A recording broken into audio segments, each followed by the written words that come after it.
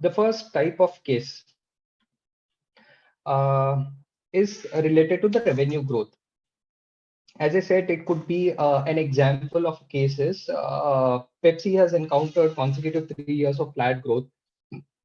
It has hired you to advise a strategy where they are expecting a revenue growth of at least 20% over the next 3 years. Okay. So this is the overall framework that we have. Um One or the other parts of the framework might be necessary or might not be necessary. Okay. First thing that we do during a revenue growth is identify what is the target for revenue growth and what is the existing revenue growth year on year. That is something that you will have to identify. Once that's clarified by the interviewer, then you can put down a framework like this. Can we achieve the revenue growth by exploring existing businesses, or can we should we explore any new business opportunities? In existing business, how do you break it down? You break it down to volume and price. Is there elements that you can do to actually increase the price, or do you want to explore further on increasing the volume?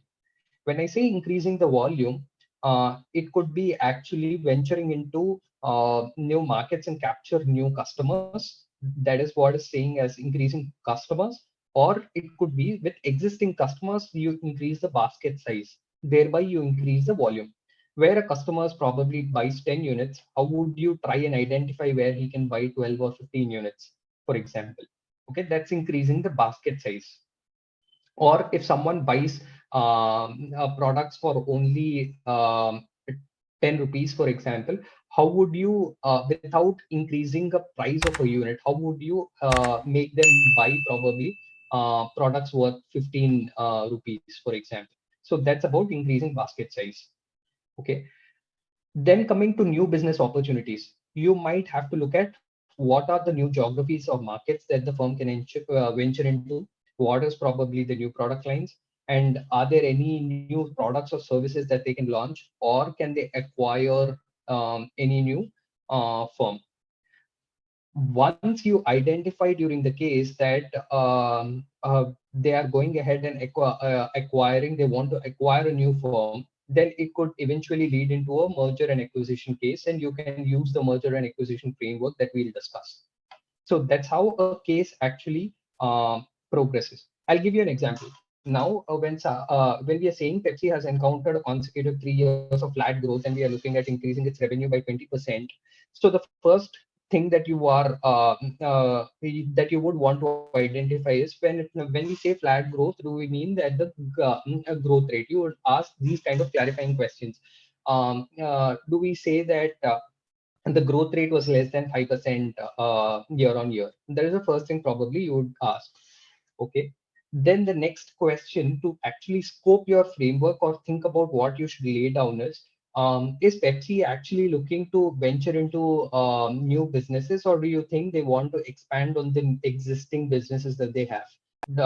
Do they want to come up with a new product line or new business, or do they want to come up with the existing business, is what you will ask. Okay.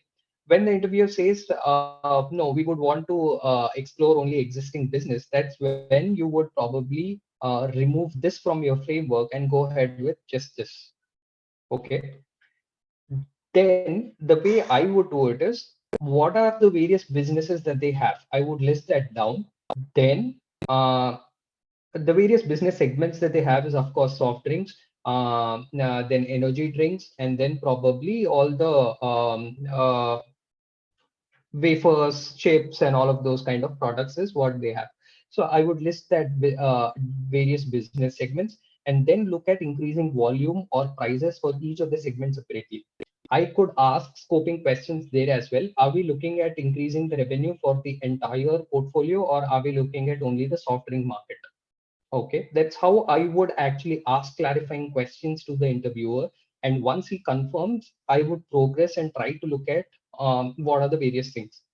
Okay, I'll pause here if you have any questions, or if you have got a flavor of actually how a case interview happens.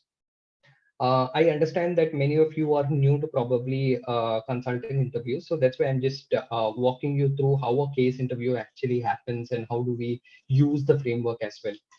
Let me pause here if you have any initial questions or any doubts before we proceed to another framework. Hello. Yes. This is Rajdeep here.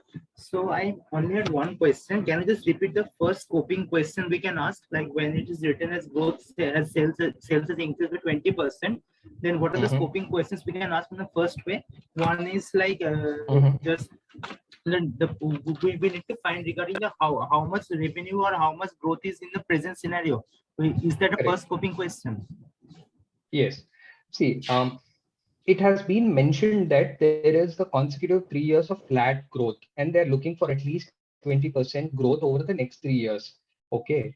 So if the growth was around, though it is flat, if the growth was around maybe 15% year on year, and you have to increase it to 20%, you don't have to rationally do something different, like exploring new business opportunities, right?